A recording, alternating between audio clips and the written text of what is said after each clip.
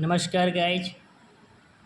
तो चलिए आज का सेशन में है exercise 1.3 NCERT math 10th class.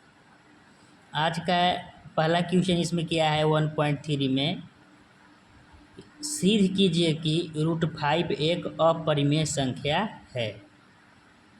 इसको सिद्ध करना है कि अपरिमेय संख्या कैसे है। तो पहले तो यहाँ बता देना चाहता हूँ कि परिमेय संख्या और अपरिमेय संख्या कहते हैं किसको, और कौन कौन होता है अपरिमेय संख्या या परिमेय संख्या। तो P/Q के रूप में जो रहे उसको बोलते हैं परिमेय संख्या और कट जाए, और P/Q के रूप में अगर नहीं रहे उसको बोलते हैं अपरिमेय संख्या। तो एग्जाम्पल समझा देते हैं। जैसे देखिए, परिमेय संख्या हो सकता है 6, 5, -8, 0 भी हो सकता है, 4/5 भी हो सकता है, या 5/2 भी हो सकता है परिमेय संख्या। यानी कैसे, 6 को काटेंगे तो कोई पहाड़ा से कट रहा है, 5 भी कटेगा। 5 कैसे कटेगा, तो 5/1 कर देंगे, तो P/Q के रूप में हो रहा है कि ना। तो P/Q के रूप में जो रहे उसको बोलते हैं, यानी बट्टा में जो रहे उसको बोलते हैं परिमेय, और जो बट्टा में न रहे उसको अपरिमेय। यानी ऐसे सिंपल में समझो, जो संख्या कटता हो किसी पहाड़ा से वो परिमेय बोलते हैं, और जो संख्या नहीं कटे उसको बोलते हैं अपरिमेय। जैसे देखो √3 है, ये कट सकता है किसी पहाड़ा से, नहीं। √5 देखो नहीं कटेगा, √6 देखो नहीं कटेगा, √7 देखो नहीं कटेगा, -√11 देखो नहीं कटेगा, पाई देखो नहीं कटेगा। तो ये नहीं कटेगा वह परिमेय होता है। तो यही कह रहा है यहाँ पे प्रश्न में कि सिद्ध कीजिए कि अपरिमेय संख्या कैसे है। √5 को सिद्ध करना है। तो चलिए हम लोग चलते हैं।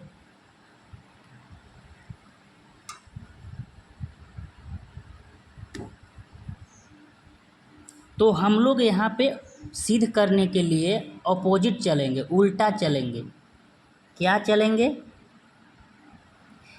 हल। कल्पना किया कि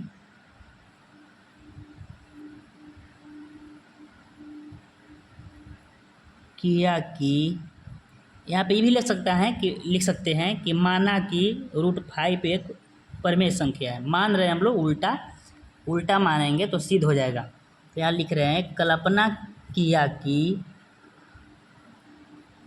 √5 एक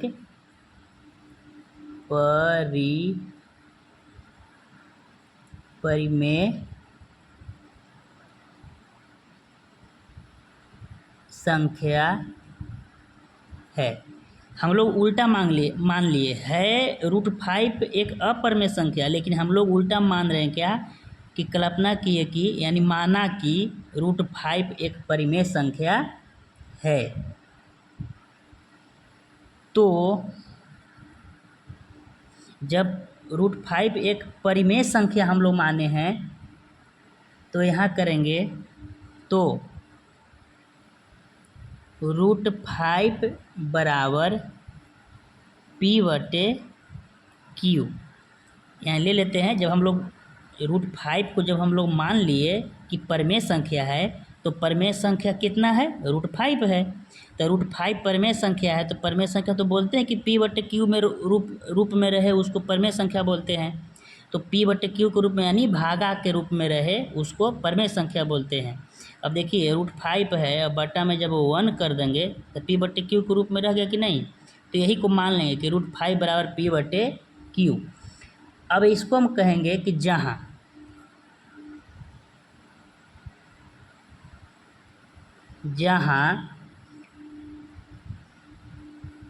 P और Q पूर्णांक हैं, पूर्णांक संख्या है या पूर्णांक हैं, पूर्णांक हैं, एवं P और Q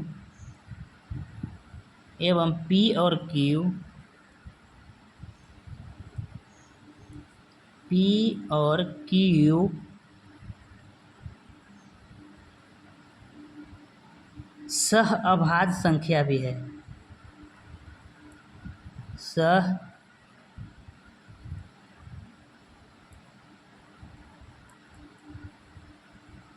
संख्या है, यानी √5 बराबर पी बटे क्यू। तो जहाँ जहाँ पी और क्यू पूर्णांक संख्या है, यानी पी क्यू पूर्णांक संख्या भी है और एक पी और क्यू सह अभाज्य संख्या भी है। यहाँ हम लोग को लॉजिक क्या मिला कि जब √5 बराबर पी बटे क्यू लिखा तो दो चीज़ हो सकते हैं, पूर्णांक पी बटे क्यू पूर्णांक संख्या भी कह सकते हैं और इसको सह अभाज्य संख्या भी कह सकते हैं।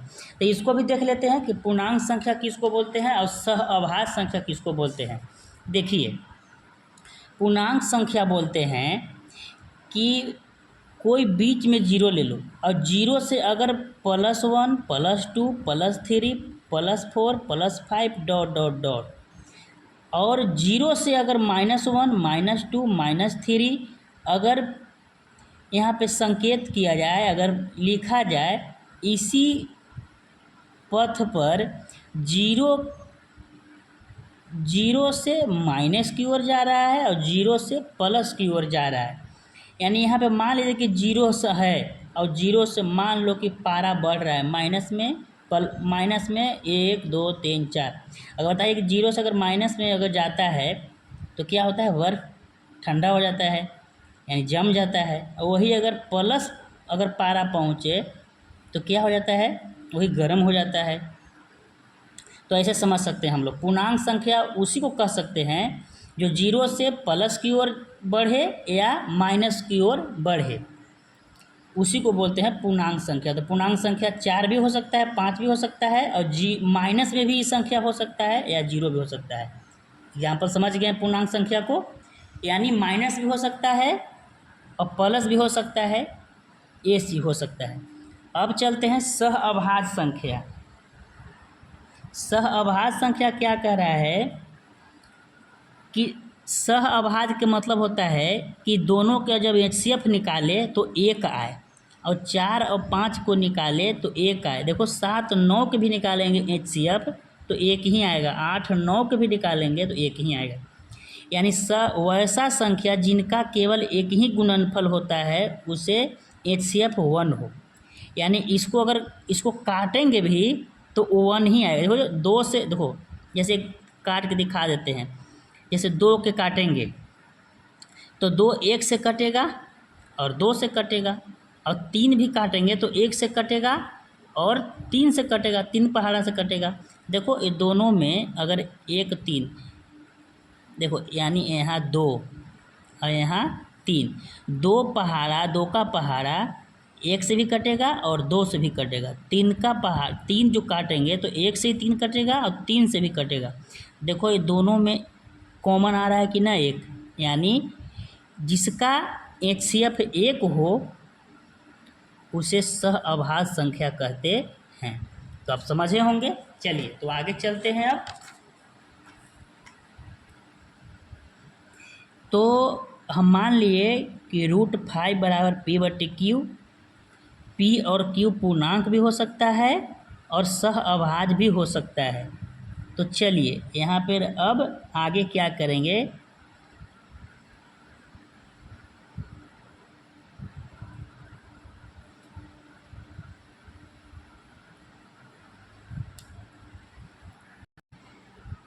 तो यहाँ कैलकुलेशन करेंगे। कुछ न है तो 1 दे दो। 5 में क्यू से क्रॉस मल्टीप्लाई करेंगे, इसमें करेंगे तो यहाँ हो जाएगा 5, इसमें गुना करेंगे तो Q√5 भी हो जाएगा। 5 √Q और इसमें करेंगे तो बराबर कितना, P। तो ऐसे भी कर सकते हैं, P बराबर √5Q।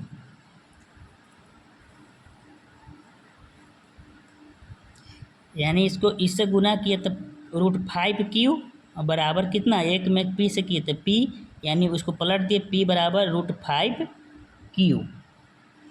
अब यहाँ पे लिखेंगे इसको कि दोनों तरफ वर्क करने पे, दोनों को वर्क करेंगे, दोनों तरफ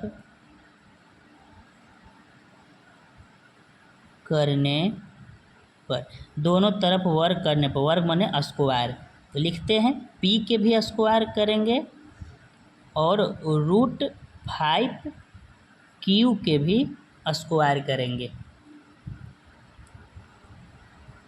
देखिए इसको पी के स्क्वायर करेंगे तो पी स्क्वायर ही रह जाएगा, लेकिन इसको स्क्वायर करेंगे यानी इसको अगर गुना करेंगे, इधर देखो रूट 5 क्यू गुने रूट 5 क्यू, ये दोनों का करेंगे तो 2 रूट है तो 1 रूट हो जाता है, 5 5 25 और क्यू में क्यू से करेंगे तो क्यू स्क्वायर। अब देखिए 25 के वर्गमूल होता है, रूट 25 के वर्गमूल 5 होता है और क्यू के क्यू स्क्वायर। तो हम लोग समझे होंगे, तो यहाँ कितना लिख सकते हैं, P बराबर 5 क्यू स्क्वायर।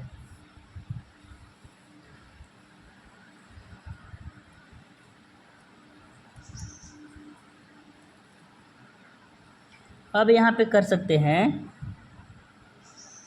लिखेंगे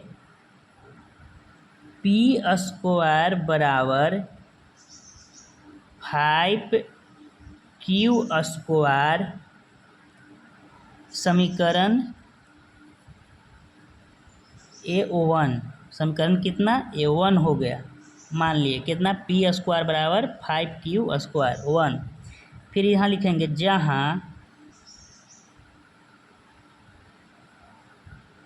जहाँ P 5 से विभाजित है, P 5 से विभाजित है, यानी अगर P 5 से विभाजित, अगर ये गुना में है तो इधर भागा में आएगा तो Q बटे P कटेगा कि नहीं, कटेगा। तो वही लिखेंगे कि जहाँ P स्क्वायर 5 से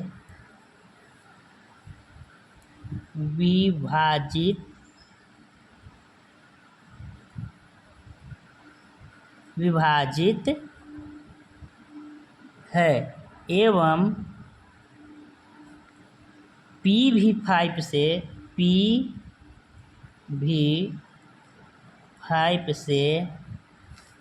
विभाज्य है। वास्तविक बात है कि जब P 5 से कट रहा है तो 5 भी P से कटेगा।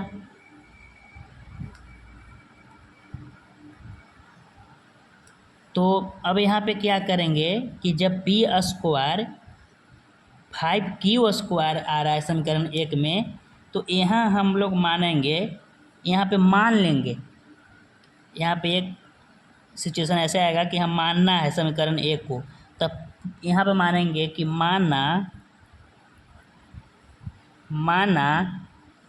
P बराबर 5m मान लेंगे। यहाँ पे x भी मान सकते हैं रखने पर, P बराबर यानी इस जगह पे P बराबर मानेंगे, P बराबर कितना 5m रखने पर, 5a है यहाँ पे m रख दें, 5m रखने पर यहाँ P बराबर 5m मान लिए, क्यू स्क्वायर है ना, तो यहाँ पे क्या करेंगे कि 5m हम लोग मान लेंगे।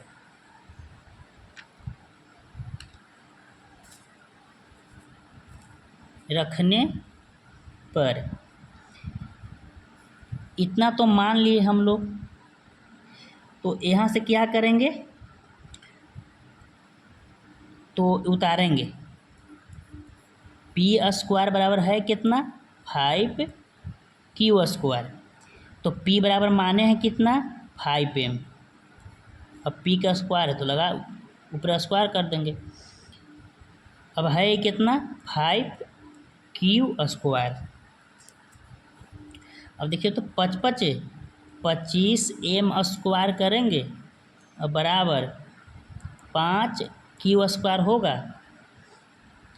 अब देखिए तो इसको हम काट सकते हैं, 5 से 5 5 25, तो 5m स्क्वायर बराबर क्यू स्क्वायर होगा। तो यहाँ पे ऐसे कर सकते हैं, इसको वैसे पलट सकते हैं। क्यू स्क्वायर बराबर 5m स्क्वायर कर सकते हैं ना। हाँ, तो यहाँ क्या करेंगे, ये समीकरण कितना हो गया 2। अब चलते हैं दूसरा पेज में, ये साइड ले लेते हैं, चाहे दूसरा पेज ले लेता हूँ। अब क्या करेंगे, यहाँ पे क्या था दूसरा, क्यू स्क्वायर बराबर 5m स्क्वायर, समीकरण 2 था। तो अब यहाँ मानेंगे कि यहाँ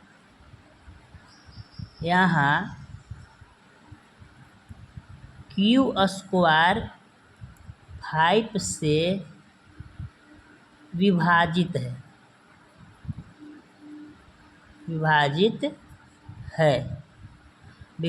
है या हो रहा है।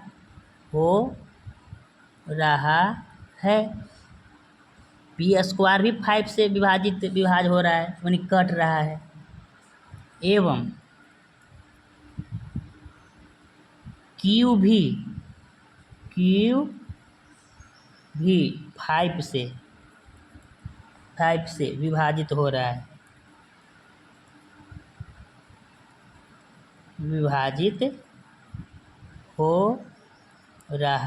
है। वास्तविक है कि जब क्यू स्क्वायर 5 से विभाजित होगा तो 5 भी क्यू स्क्वायर से विभाजित होगा।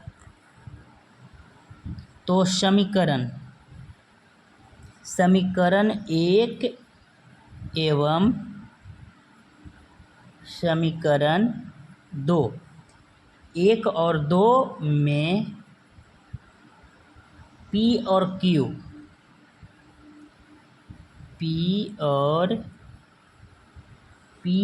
Q का मसह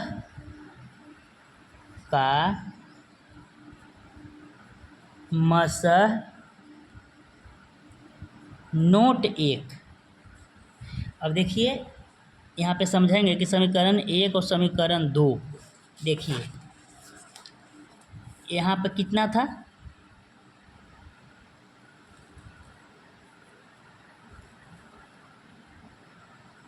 समीकरण 1 माने थे और समीकरण 2 कितना आया, इतना। तो यहाँ तो हम समझेंगे कि यहाँ तो माने थे, तो इसका P और Q में, जहाँ P और Q पूर्णांक संख्या और सहअभाज्य, इसका सहअभाज्य कितना हो रहा था, ये दोनों में सहअभाज्य संख्या 1 हो रहा है।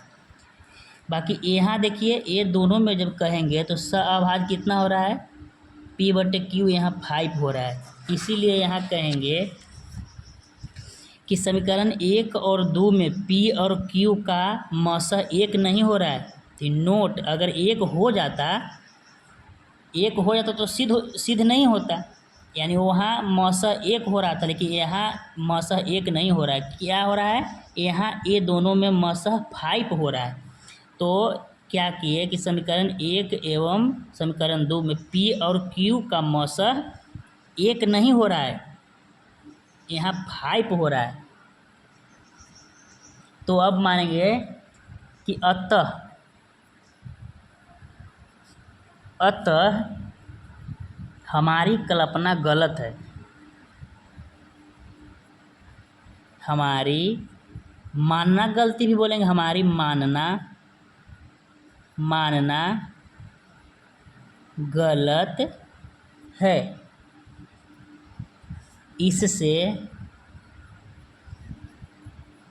इससे सिद्ध होता है कि √5 एक अपरिमेय संख्या है। अगर हम लोग के अगर समीकरण 1 और 2 से मसह अगर 1 मिल जाता तो सिद्ध नहीं हो पाता। तो हम लोग आगे अगर बढ़ाएं तो हम लोग के मसह 1 नहीं मिला। समीकरण 1 में देखो, यहाँ जब हम कर रहे थे तो ये दोनों के बीच में मसह इसको 1 मिल रहा है। सअभाज्य संख्या है, यानी ये दोनों को जब उल्टा चल रहे थे तो एक हो रहा था, लेकिन समीकरण 1 और समीकरण 2 से हमको कभी भी P बराबर 5Q और Q बराबर 5m² है, ये दोनों के काटेंगे तो मस एक नहीं आएगा, तो 5 आ रहा है इसका मस। इसीलिए हम लोग यहाँ पे कहेंगे कि समीकरण 1 एवं 2 में P और Q का मस एक है, एक नहीं है, नोट होता है नहीं है, अतः हमारी वहाँ से जो माने थे वो गलत है। इसीलिए सिद्ध होता है कि √5 एक अपरिमेय संख्या है। तो मैं उम्मीद करता हूँ कि आप लोग समझे होंगे। और दूसरा भी, ये अगर समझ गए तो ये सब इसी के आधारित पे रहता है। ये एग्ज़ाम के दृष्टि से 3 नंबर के पूछता है और एकदम 100 में 100% मान लो कि पूछेगा ही। तो चलिए, बहुत बहुत धन्यवाद।